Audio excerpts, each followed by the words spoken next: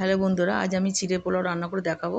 তো চিড়েটাকে আমি আগের থেকে বেছে জলে ধুয়ে রেখে দিয়েছিলাম, জল ঝরিয়ে রেখেছি আর আলুটাও কেটে রেখেছি। কড়াইতে তেল দেওয়ার পর আলুটা দিয়ে দিলাম।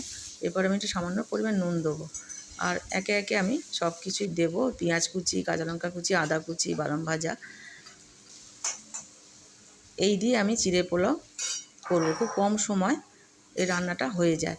এই সন্ধ্যে টিফিনে এই চিড়ে পোলাওটা সবাই ভালো খাবে। ছোটো বাচ্চাদের স্কুলের টিফিনেও এরা দিলেও ওরা ভালো খাবে। কাঁচা লঙ্কা কুচিটা দিয়ে দিলাম, দানাটা ফেলে দিয়েছি। এরপরে আমি দেব মিহি করে আদা কুচানো, এরপরে দেব বাদাম ভাজা। বন্ধুরা, আমার রান্নাগুলো যদি আপনাদের ভালো লেগে থাকে তাহলে একটা লাইক করবেন, শেয়ার করবেন আর অবশ্যই কমেন্টে জানাবেন। আর সাবস্ক্রাইব করে রাখলে আমি আপনাদের আরও নতুন নতুন রান্না তৈরি করে দেখাবো। দেখুন বন্ধুরা, বাদাম ভাজাটাও দিয়ে দিলাম। এরপরে আমি চিড়েটাও দিয়ে দেবো।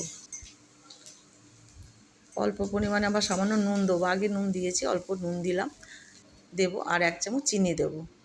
দিয়ে একটু নেড়ে চেড়ে নিয়ে এলাচের গুঁড়োটা আমি দিয়ে দেবো। এলাচের কিন্তু খোসাটা ফেলে দিয়েছি, গুঁড়োটা দেবো। হয়ে গেছে বন্ধুরা, দেখুন চিড়ে পোলাও খুব কম সময় খুব সুস্বাদু রান্না হয়। এবার প্লেটে তুলে নেব চিড়ের পোলাও।